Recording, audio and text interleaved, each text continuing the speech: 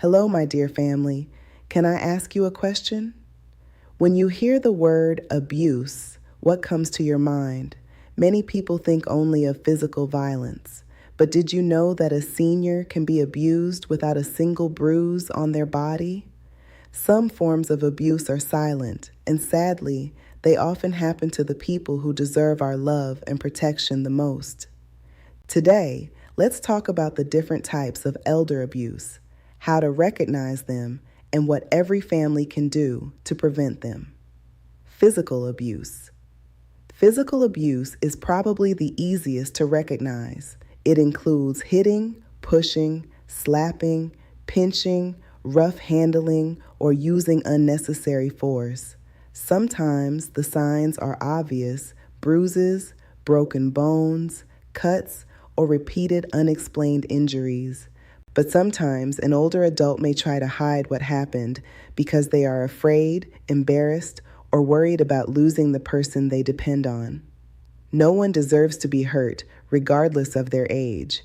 Emotional or psychological abuse. This type of abuse doesn't leave visible scars. It happens when someone insults, humiliates, threatens, controls, ignores, or constantly criticizes an older adult. Imagine hearing every day that you're a burden. Imagine someone making you feel worthless because you need help. Words can hurt just as deeply as physical violence.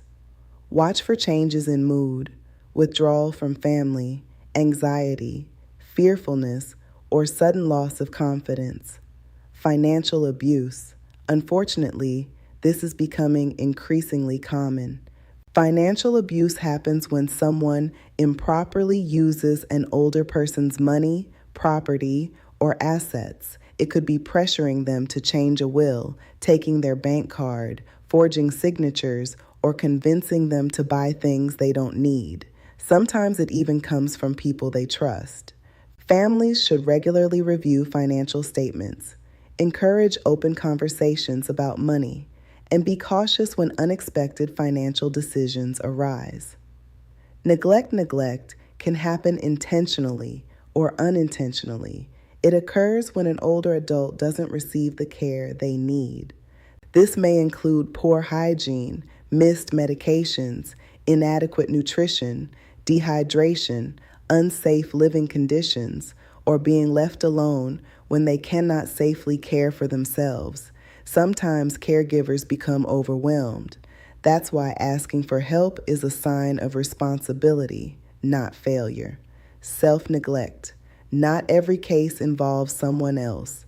Some seniors begin neglecting themselves because of memory loss, depression, illness, or reduced mobility. You may notice unopened mail, spoiled food, poor personal hygiene, or missed medical appointments. These are signs that additional support may be needed. Social isolation loneliness can also become a form of harm.